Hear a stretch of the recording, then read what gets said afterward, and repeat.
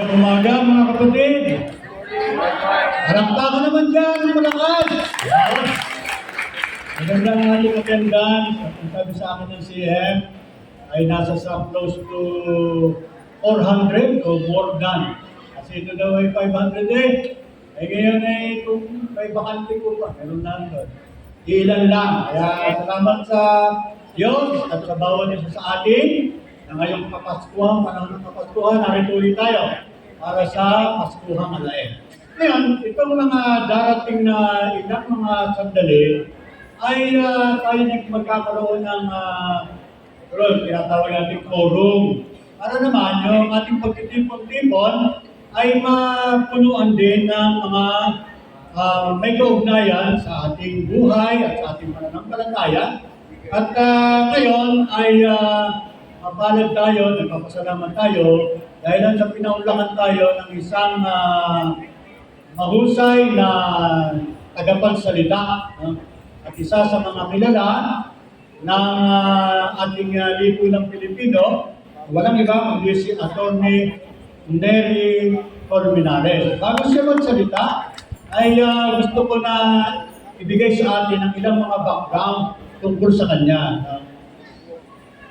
Narito po si Atty. Nery Colmenares ay isang human rights lawyer at naging senior deputy minority leader sa Kongreso noong siya ay nanunungkulan bilang congressman ng Bayan Muna Party List. Siya ngayon ay kasalukuyang chairman ng Bayan Muna. Nagtapos ng kursong economics sa San Beda University at abogasya sa UP College of Law. Ito ngayon yung mga nagampanan ng ating kapatid na Nery noong siya ay nanunungkulan bilang representative ng Bayan Muna Party. Bilang mambabatas, si Atty. Nery Colmenares ang may akda ng maraming batas tulad ng Disaster Alert Law na nag-atas sa Globe, sa Smart, at iba pang telcos na magpadala ng text warning sa publiko kung may parating na bagyo o anumang kalamidad. Kaya tayo nakaka-receive na ngayon ng mga warning pagka may kalamidad na malapit sa atin. Yun ay akda ng ating kapatid na Atty. Nery. Katapos, doon sa mga senior, makinig kayo mga kapatid, sa mga senior citizen, siya rin ang pangunahing author ng 2,000 pisong dagdag sa SSS pension na nagresulta ng 1,000 buwan ng dagdag sa SS pension. No? Si Atty. Nery ang may akda po noon. Kaya yung mga senior nakaka-receive ng additional 1,000. 2,000 po yan eh. Pero ang ginawa naman ng executive department ay 1,000 muna. Ngayon, ang ginagawa ni Atty. Nery, patuloy niyang ipinaglalaban ang pagtupad ng 1,000 pisong kada buwan na social pension sa lahat ng senior citizen sa buong bansa. At yung siguro yung nahuli na 1,000 pa ay patuloy pinaglalaban ang ating Atty. Nery. Palakpakan naman natin. Lalo na yung mga senior natin. Yun. Tapos, bilang mambabatas, naging fiscalizer laban sa korupsyon at nilabanan niya ang mga katiwalian ng gobyerno. Kasabay ng patuloy at kritikal na pagbabantay sa mga irregularidad sa paggastos ng pondo ng bayan. So, yun po ang advocacy ng ating tagapagsalita. Ngayon, ibibigay ko na sa kanya ang floor. Dahil tayo ngayon ay nandudubaga sa tinatawag na electoral education. Dahil tayo, bagaman tayo ay miyembro ng UCCP, ay tayo'y mga mamamayan. At ang ating pananampalatayang UCCP ay kinakagat natin sa lipunan. Kaya nga, para yung pananampalataya natin ay lalong maging buhay, ay inimbitahan natin ang isang kapatid na magpaliwanag sa atin tungkol sa generally electoral education. Pero yung mga details noon ay bahala na siyang magpaliwanag. Kaya ngayon ay palakpakan natin at kilalanin natin si Atty. Nery Colmenares.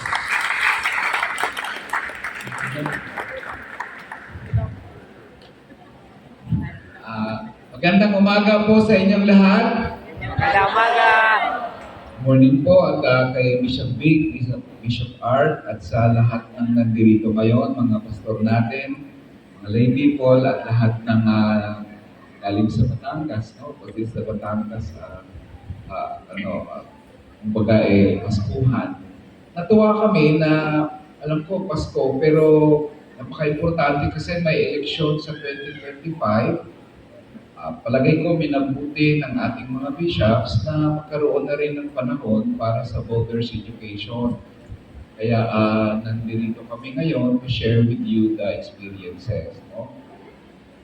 So ako siguro diretso na kasi ang pagbabatayan ko ng aking talk ngayon ay ang karanasan ko bilang kongresista, bilang bayan muna congressman, bilang tumakbo rin kami ng senador noong 2022. So yung mga karanasan na yon, naging bahagi ng mga ilang problema sa ating election system at paano siguro natin o paano tayo tutulong na lulutasin yan, malaking bagay yon. Kasi sabi nga ni Bishop, bahagi naman tayo ng pamayanan. Lahat naman kayo nagbabayad ng taxes. And therefore, you have all the right to ensure that the taxes go back to you. Di ba? Hindi pwedeng pabayaan nyo na lang yan. And that the government, of course, live up to its contract. There is a social contract between governments and peoples. Yun po, Bishop Archbishop. Yun ang unang tanong sa akin sa first year ko sa College of Law. What is social contract? 5 po ako kasi hindi ko alam kung ano ang social contract. Ang social contract is a concept in law na nagsasabi na ang gobyerno nandyan yan dahil sinabi o niluklok sila ng tao. Yun yung social contract. And ang gobyerno, para may luklok sila dyan, may kontrata sila sa tao na maninilbihan kami sa inyo. Kaya ang gobyerno, pag binibreak niya ang social contract, ang tao, paminsan-minsan, ibang gobyerno ang binuboto sa sunod na eleksyon. Di ba? Kasi you broke the social contract. Yan ang isa sa pinagmulan ng eleksyon. Kasi kaya kayo nandyan dahil sa amin. In fact, ang tawag sa kanila, public servants. Pag ang public servant, ninanakawan ka niya, hindi naman natatama yun. May karapatan ka ba na magsalita? Dapat lang, pera mo yun. Diba? Yun yung ibig sabihin kung bakit may eleksyon at bakit importante ang ginawa ng UCCP at mga obispo natin na magkaroon ng voters education. Based ito sa aking karanasan. Ang automated election nagsimula ng 2010. Bakit siya nagsimula ng 2010? Kasi maraming problema sa manual election. Kami sa bayan muna, nasa kongreso kami noon, kita namin ang problema sa eleksyon. Ano ang problema sa eleksyon? Una-muna, grabing dayaan, dagdag bawas. Bawasan ka na lang ng 2-0, dagdagan yung kalaban mo ng 2-0, tapos ka na. Mabuti kung 2 lang, kung 3,000 yun. Pag national na, 0,000 milyon yung pinag-iba ng dagdag bawas. Ano nangyari sa social contract? Gusto mo pa naman sana palitan yung kung sino man, si mayor, si congressman, si governor, si president. Hindi mo na palitan kasi ang 0-0 pinagpapalit-palit. Bali, wala kayo yung social contract. Sabihin ngayon ni Gov, ni Kong, ni President, Okay lang yan, kahit nalilalabag ko ang social contract, kaya ko naman magdagdag bawas. Yan ang problema. Ang pangalawang problema sa manual noon ay delay. Delay. Isang linggo, 2 linggo, minsan isang buwan, hindi pa tapos ang bilangan sa munisipyo. Hindi pa tapos ang bilangan sa Comelec. Nagkakagulo ang tao doon. Pag nadidelay yan, habang hindi na proklama kung sino ang panalo, kakagulo yan. Nagdadayaan yan, naggagapangan dyan. Kaya ang sabi noon sa automation, i-resolve natin ang dalawang problema yan. Kaya kami sa bayan muna, bumoto po kami, Bishop, ng yes. Bumoto talaga kami ng yes sa automation. Grabe ang suporta namin sa Automated Election System o AES. Kasi sabi namin, ito na siguro ang solusyon.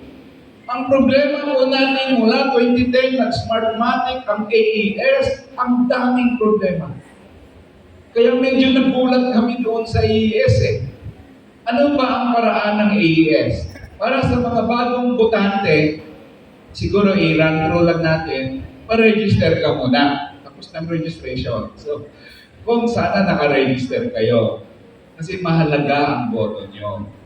Pangalawa, pag naka-register ka na, botohan na, punta ka na sa eskwela, kung saan ang presinto mo, i-research mo sa Comelec kung saan yung presinto mo. May precinct finder sila. Pangalan mo lang sasabihin mo, mas-search mo sa Comelec. Pag malayo pa election, dapat alam mo na yon. Kung may voter's ID ka, buenas ka. Milyon na botante sa Pilipinas, iilan lang ang may voter's ID. Kaya huwag ka na umasa dyan masyado. Ngayon, pagpunta mo dyan sa presinto, dadalhin ka sa presinto mo. Kaya ako dati, Bishop, nag-author ako ng Senior Citizen Special Polling Precinct. Kasi naranasan ko, pupunta ka na lang sa presinto mo, minsan ang taas-taas. Paano pag PWD ka? Paano pag 70 years old ka na? Yun ang problema. Kaya nag-author ako ng bill dati, Special Polling Precincts for Persons with Disabilities and Senior Citizen. Kasi may nakasabay ako. At ang tawag doon sa Tagalog, yung nakalagay yung tatay niya dito sa likod niya, yung kinakarga niya sa likod, paakyat 4 floors. Sabi ko sa kanya, kung matumba po kayo, dalawa ngayon ng tatay mo, kasi pilay ng tatay niya, tapos 70 years old na. Hindi pwede yun, grabe naman. Wala ba? So, ang batas na yan ngayon, maging batas po yung bill na yan, special polling precinct, kaya pwede nyo i-demand sa Comelec. Pag 60 years old and above, kung PWD ka, doon kayo sa ground floor, special ang presinto, may electric fan, aircon pa nga dapat, mayroong blood pressure na titingin, mayroong mga first aid, wheelchair, etc. Kompleto dapat yung special polling precinct para sa senior citizen o PWD. Ngayon, pag nandun ka na, bibigyan ka ng balota, napakalaki ng balota mo. Pakahaba ang balota mo. Laki-laki eh, di ba? Tapos, pag nabigay na sa'yo, may bibigay na pen sa'yo, isi-shade mo ang circle. Walang overshading, walang undershading. Ano ibig sabihin? Huwag mo masyado namang maliit yung tuldok sa circle sa iyong pinipiling kandidato at huwag naman masyado na uumapaw. Tamang-tama lang.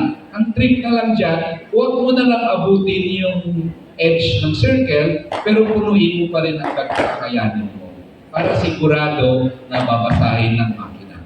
Paglagay mo, pagkatapos mo na, dadalhin mo doon sa makina, ilalagay ng Comelec, yung yung balota mo sa makina, may lalabas na resibo. Ang resibo ay VVPAT.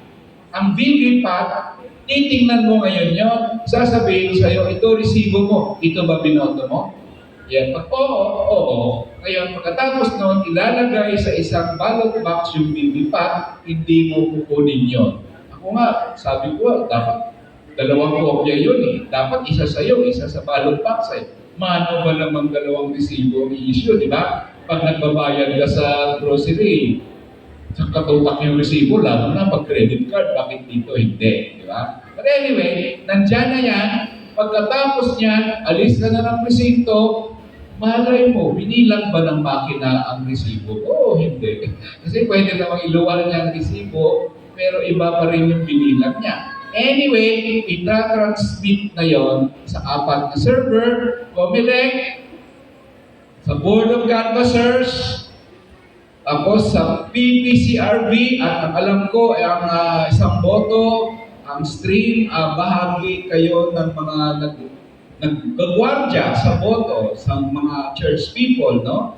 Katulad ng PPCRB at pang-4 sa media. Okay. Yun ang 4. Minsan nalilito ako kung saan natitingin. But anyway, ang problema ng automated after that ay ganito. Walang transparency ang buong proseso. Malay mo kung paano binilang ang iyong boto. Pagdating mo doon sa taas, nagugulat ka na lang, ganito ang resulta sa presinto ko.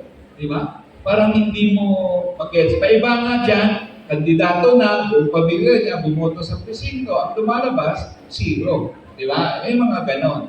So, ang explanation na lang dyan ng COMELEC, siguro nag-undershade ka. Hindi na bilang ng makina o sumobra ka sa boto. Kasi kung isang kandidato lang, halimbawa, mayor, isa lang talaga isi-shade mo dyan. Pag dalawa ang na-shade mo, abay, void ang iyong boto.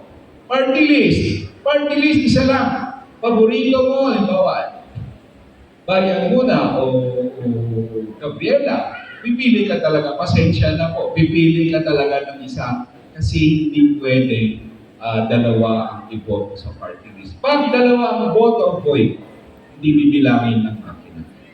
So, ang problema noon, walang transparency, ang bilis nga naman, pero sa sobrang bilis, katulad ng 2022, bumuboto ko sa presinto.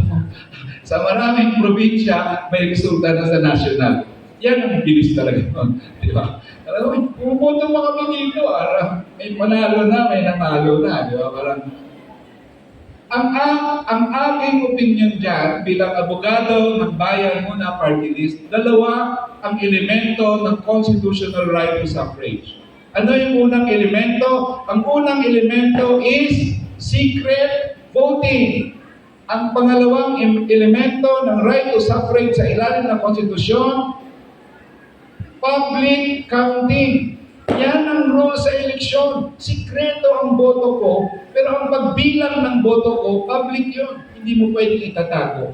Ang problema namin sa Smartmatic, public voting. Bakit? Sa laki ba naman ng balota mo, makikita ng katabi mo kung sinong binoboto mo, di ba? Pag nilagay mo ganun yan sa makina, minsan may tabig-tabig ng konti, pero natatanggal, minsan paulit-ulit, nakikita na ng COMELEC sinong binoto mo. Diba? So, hindi siya tama o papat doon sa secret voting. Pangalawa, sikreto naman ang counting. Hindi siya public counting. Kaya sa akin dati, ang automated election system ng Smartmatic is a violation of the constitutional right to suffrage of the Filipino people. Kasi wala yung dalawang elemento. Kaya kami sa Bayan Muna, may bill kami dati na vinyl hybrid. Ano ibig sabihin ng hybrid? Saan ba talaga nangyayari ang daya?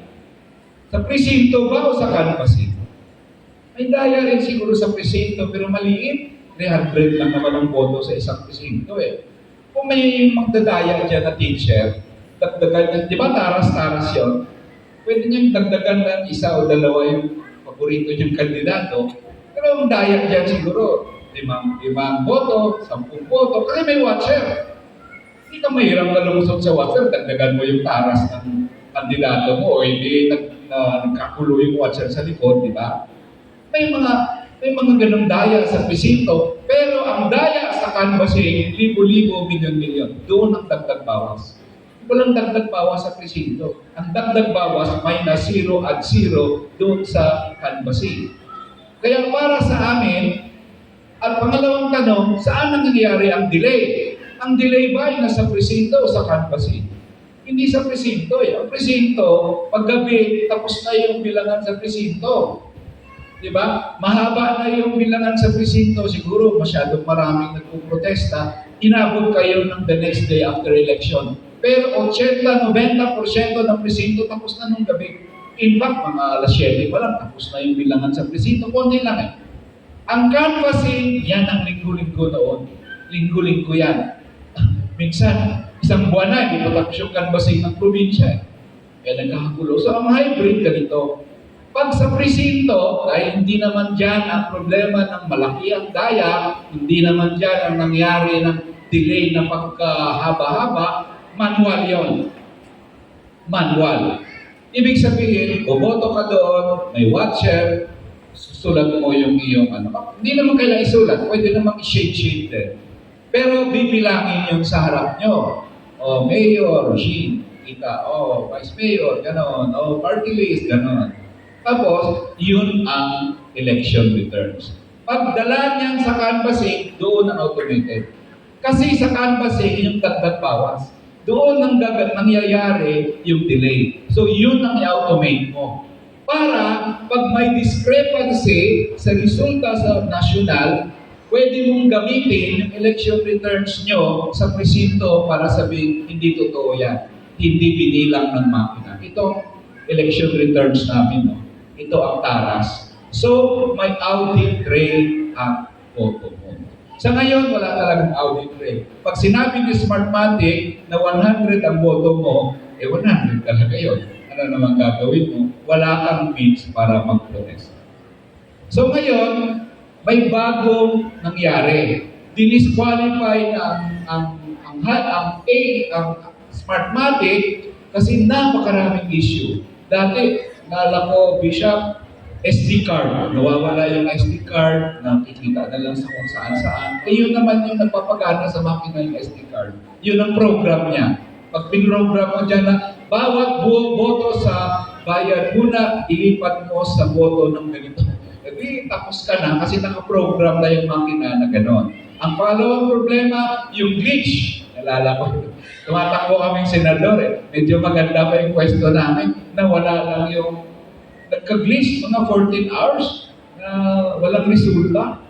Pag gising namin ng umaga, ang layo na namin. Ano nangyari nung gabi? Natulog lang kami. May mga ganong issues, so disqualified ang Smartmatic. Ngayon, sa amin sa bayan muna, 2019, ang boto ng bayan muna noon, sa experience ko, 1.3 million. 1.3 million, napakalaki nun. Number 2 kami sa party list. Number 2. Tatlo ang kongresista namin noong 2019. Pag sa party list kasi, pag may 1 million ka na boto, tatlo na yung kongresista mo doon halos eh. Kaya tatlo kami noong 2019. Noong 2022, 200,000 ang natira sa 1.3 million namin.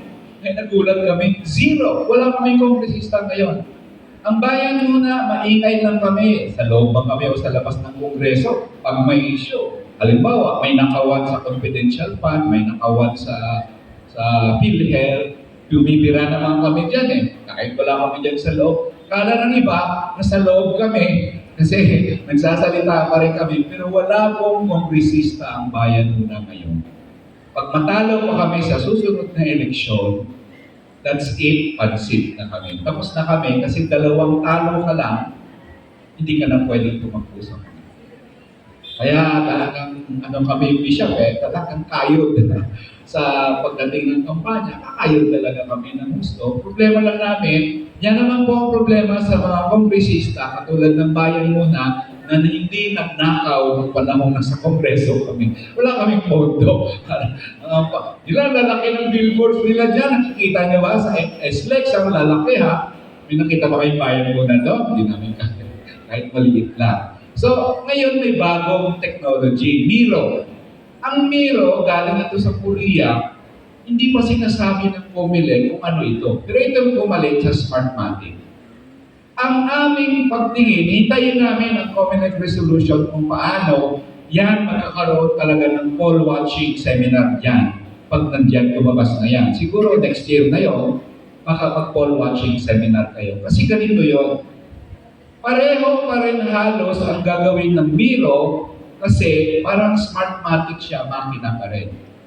Pero ang transmission niya, isa na lang, hindi na 4. Isa na lang ang server. At doon nakatingin lahat, doon ang babantay lahat. Pangalawa, malamang, kasi inikwento pa lang ng COMELEC, hindi pa nilalagay sa kasulatan eh. Malamang may poll watching.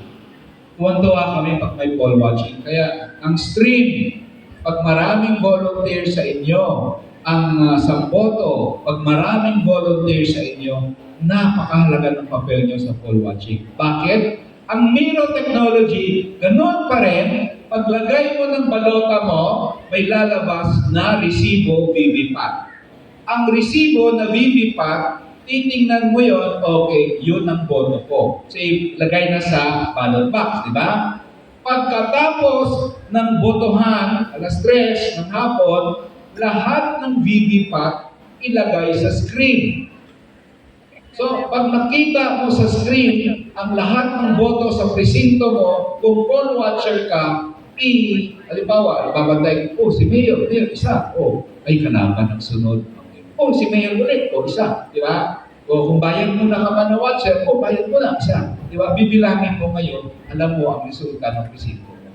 Mabilis lang ang screen. Wala pang 5 seconds siguro. So, hindi mo mabilang lahat. Kaya ang tip sa inyo, kung poll watcher kayo, pumili lang kayo ng siguro. I don't know, kung may mayor ka, si mayor, o councilor, pumili ka ng dalawa. Diba? Kasi hindi mo sila mabilang lahat. Or, kung gusto mo, talagang gusto mong bantayan lahat, video, tawag dito, una mo ng retrato. Diba? Una mo ng retrato, tapos mamaya mo na bilangin. So habang flash, kuha, mamaya bilangin mo na. Kaya may papel ang poll watcher sa 2025 election, malamang. And napakaganda nun, pag may ganyan, kasi at least may partisipasyon po ang mga tao dito. Ngayon, pero solve si automated election, yun na ba, tapos na ba ang problema? Ang problema po natin hindi lang ganoon. Ang problema natin kasi labas ng automated election, may problema pa. Ano ang problema natin? Vote buying. Vote buying, palaging sinisisi ang botante. Sa akin po, hindi ko po sinisisi ang botante. Ang sinisisi ko sa vote buying, ang politiko. Ba't ka namimigay ng pera?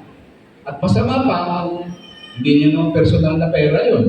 Galing din sa pondo ng bayan yun. So parang, ang tao, binibigyan mo ng pera, pero pera niya pala yung binibigay mo sa kanya.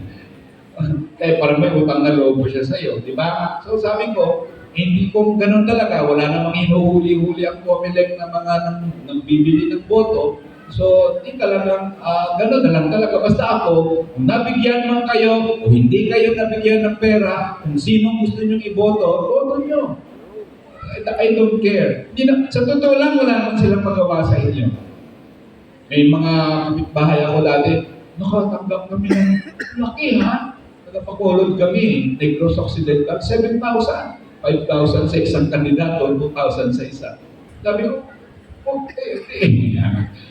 Di nga nila alam kanino yung sorry, nilalagay lang daw sa kanilang gate. So sabi ko, basta kung sino mo usunatan, boto mo na lang. Hindi nila malalaman yun. Huwag kang matakot.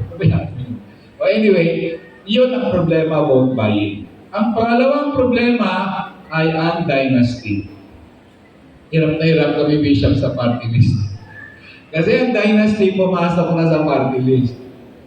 Alam niyo ba, na pinadisqualify dati namin yung major political parties and political dynasties noong 2001. Yan po ang kauna-unahang petisyon na nagkaroon ng oral argument sa Korte Suprema. Medyo bago-bago pa ako abogado noong 2000. 2000 yun eh.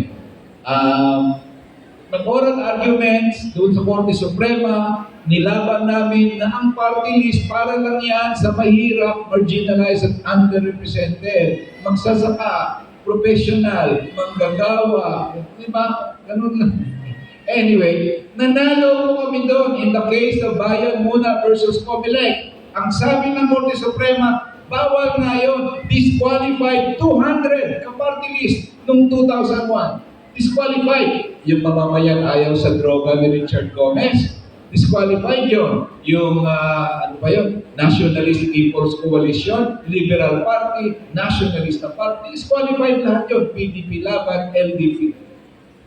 Kaya lang, noong 2013, nagbago ang ihip ng hangin sa Korte Suprema, bumaliktad, ni-reverse ang bayan muna versus Comelec at naging atong paglao versus Comelec. Ang sabi ng Korte Suprema, para-barabay na tayo kung sino ang pwedeng sumali na.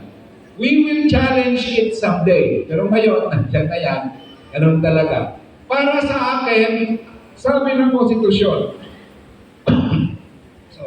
20% of the seats in Congress for party list. 80% of the seats in Congress for the congressmen, congresswomen. So, klaro yan, di ba? Kung papasalihin din lang naman natin si congressman sa party list, bakit pa tayo naghati ng 20% o 80%? Yung wala nang hati-hati, 100% bara-barabay. But that is not the intention of the Constitution. The intention of the Constitution is to segregate 20% para lang yan sa marginalized at underrepresented. Nag-assert pa sila na kung dati ikaw congressman, takbo ka na naman sa party list. Bakit mahirap intindihin na ang mga bagay-bagay mayroong katangian, nakakaiba? Ibig tanggap nating lahat. Si Manny Pacquiao, isa sa pinakamagaling na boksingero sa buong mundo. Pero pagkalaban niya naman ang heavyweight champion na si Mike Tyson, matatalo siya.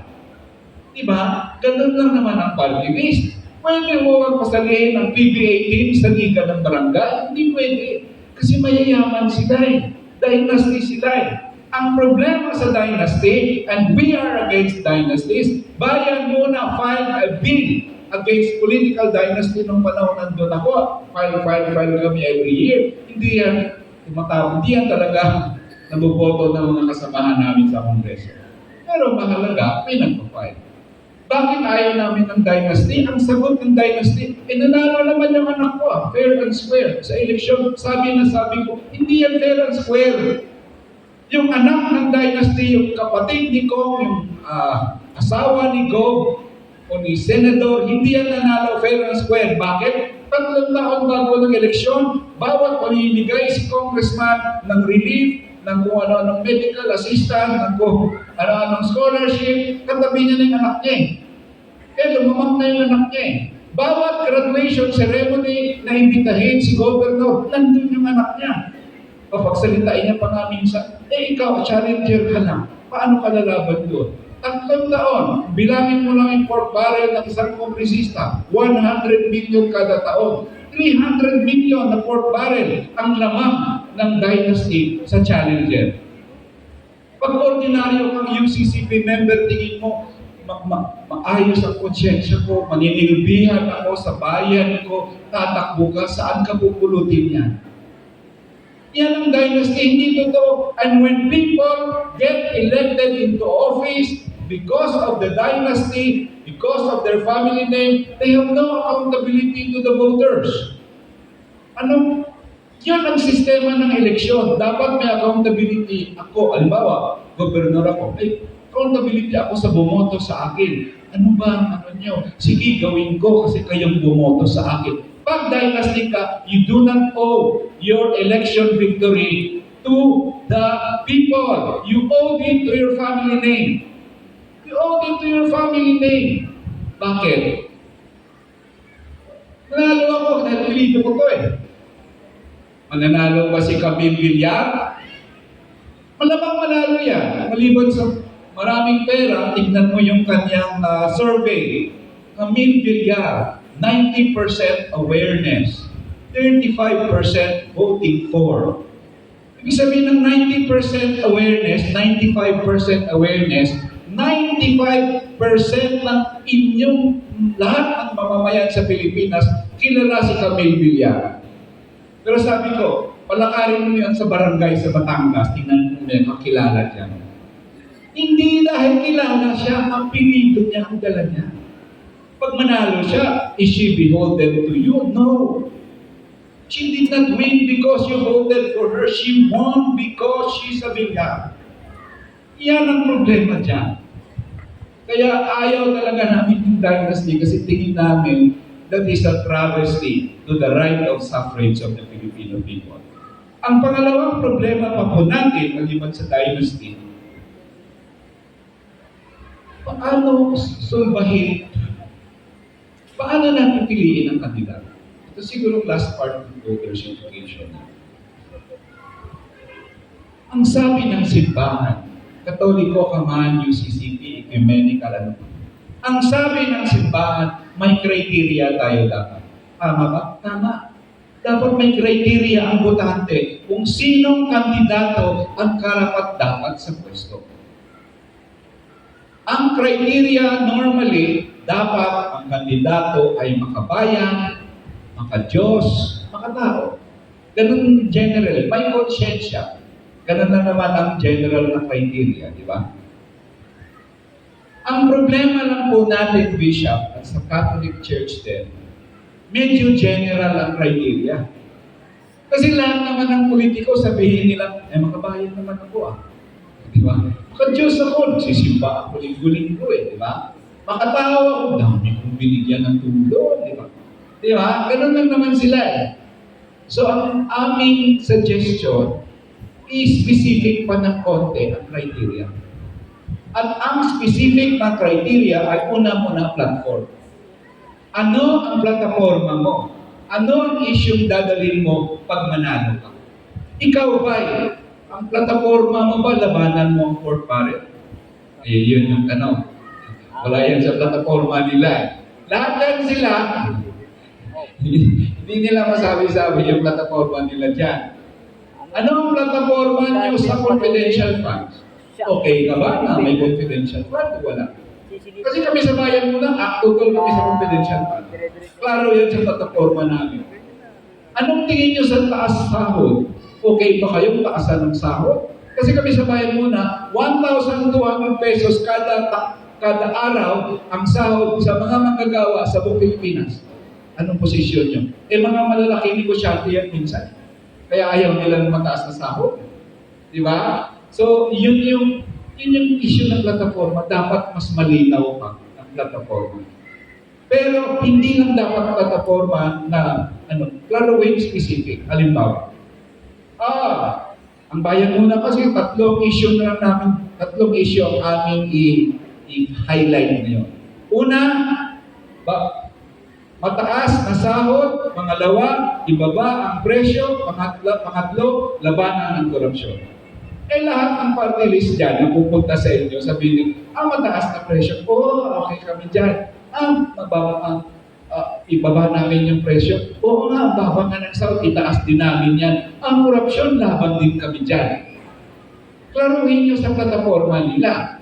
Kasi kami sa bayan muna, concrete and specific. Paano may ibaba ang presyo? Tanggalin ang VAT sa kuryente, tubig at langis. Yan ang konkretong halimbawa. Paano bumaba ang presyo? Kada gasolina mo dyan, sa gasoline station, 12% niyan. VAT. Yung taas na. Taas talaga ng singil. Ang problema pa sa VAT, hindi siya progressive taxation na nakasaad sa konstitusyon. Ang nakasaad sa konstitusyon, progressive taxation, pag lumalaki ang income mo, lumalaki ang tax mo. Pag lumilit ang income mo, lumilit ang tax mo. Pag minimum wage ka lang, dapat wala ka ng tax, exempted ka.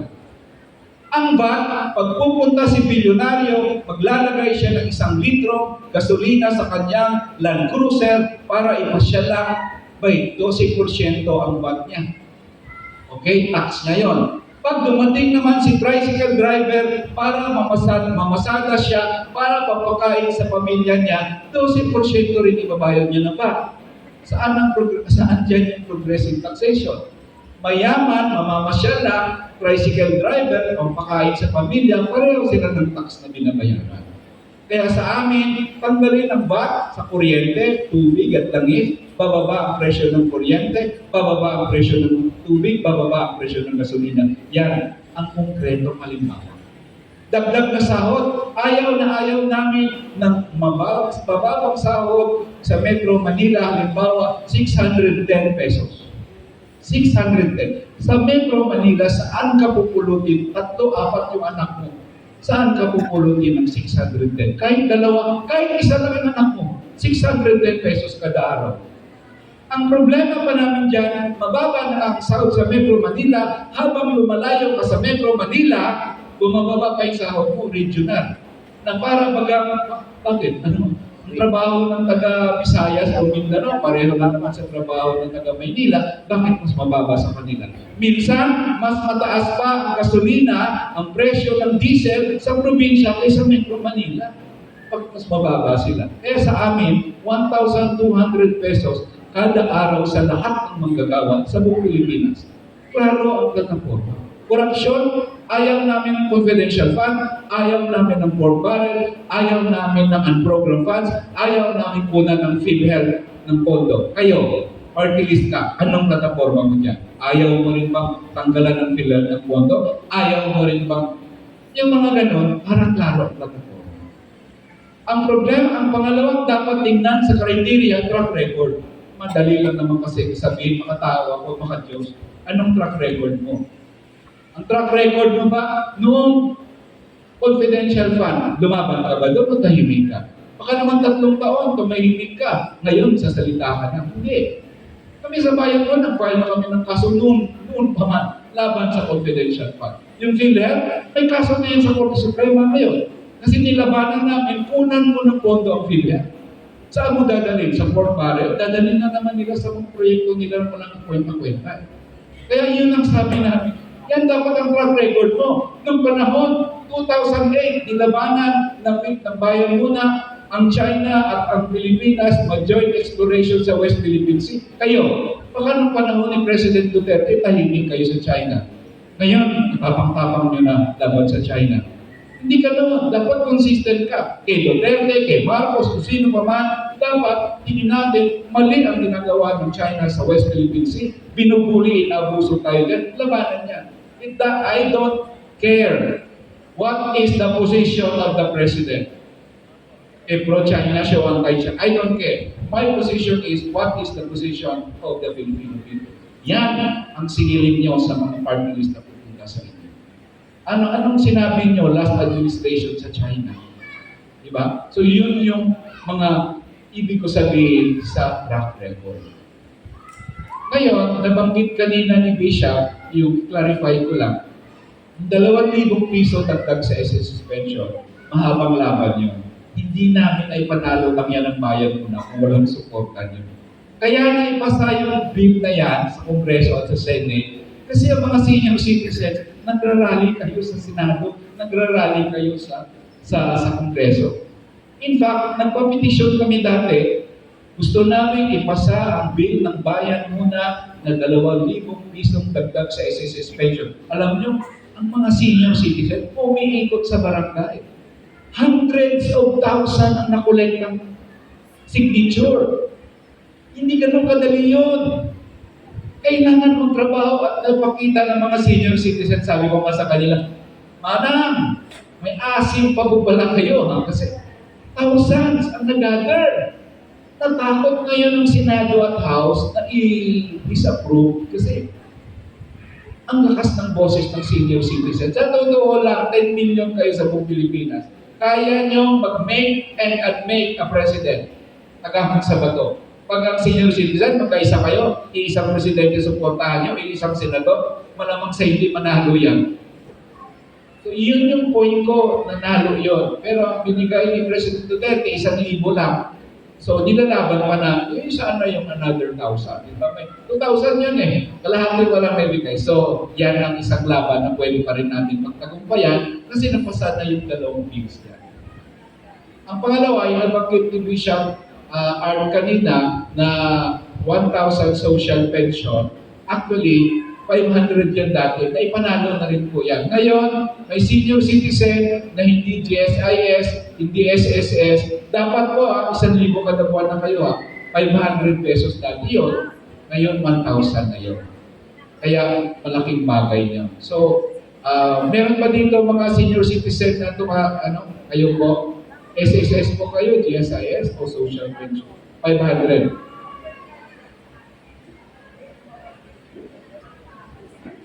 Okay, yan po ang problema. 500 pesos kada buwan, sabi namin sa bayan mo, saan mapupulutin ng 500 pesos? Hindi pa nga kasya sa maintenance yan. Mamasahe mo pa lang yan sa clinic. Sa isang buwan, 3-4 na beses, tapos na yun. So, nagawa yan na 1,000 pesos. Ngayon, ang problema dyan, ang daming cheche boreche, ang daming exempted daw o tawag dito disqualified.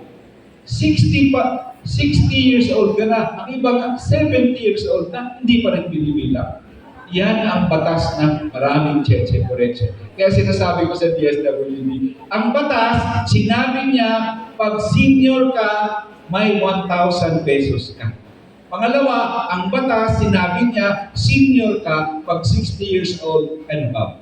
Kaya pag dumating ang senior sa inyo, sinabi niya, 60 years old ako, 61 years old ako, ibigay niyo 1,000, walang cheche, boreche, 1,000 pesos sa lahat ng senior citizens sa buong Pilipinas. Yan ang ating panawagan niya. Kaya siguro mag-end na lang po ako. Pasalamat sa kay Bishop, sa UCC, at sa inyong lahat, sa inyong interes na malaman ang kalagayang elektoral at kung ano ang magawa ng simbahan para naman magwardyahan ang boto nyo at para naman makapili kayo ng tama. Ang ating eleksyon, marami pang reforma ito, pero ako nag-umaasa palagi na darating ang panahon ma-reforma natin ito.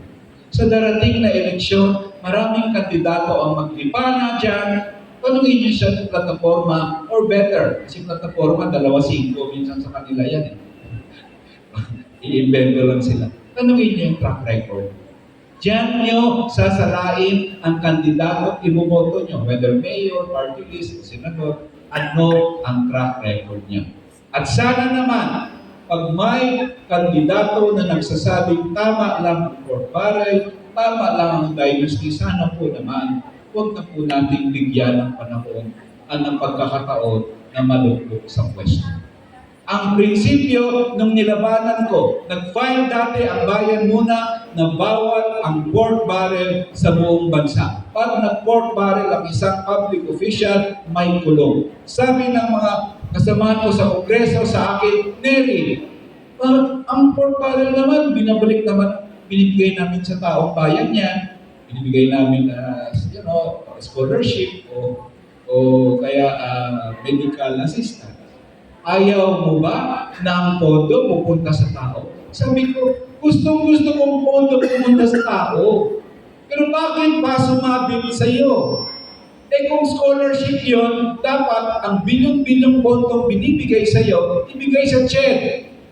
Ang CHED ang pumili ng scholar. Sino ba mas marunong pumili ng scholar? Si CHED o si congressman? CHED, siyempre, hindi naman trabaho ni kung mamili ng scholars eh. Oh, meron ka, pagawa ka ng school building? Oh, tama yun, pagawa ka ng school building. Pero wag ikaw. Bakit mo ibigay ang pondo bilyon kay congressman para magpagawa ng school building? Ibigay mo sa DepEd.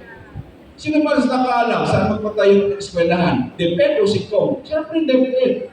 Malay mo. Diba? Kaya sabi ko, medical assistance. Tama naman magtulong sa medical assistance. Pero ang pondo, idiretso ka sa DOH, sa ospital, para pagdating doon, libre na. Hindi na kailangan humingi ka pa kay kung sino-sino sa senador. Yun lang naman ang prinsipyo. Sana naman, yun ang mga uri ng kandidato na piliin natin. Ang ating prinsipyo dapat ay ganito. Ang pondo dapat diretso sa tao, huwag nang sumabit pa sa bulsa ng mga politiko. Maraming salamat po. Magandang umaga sa inyo.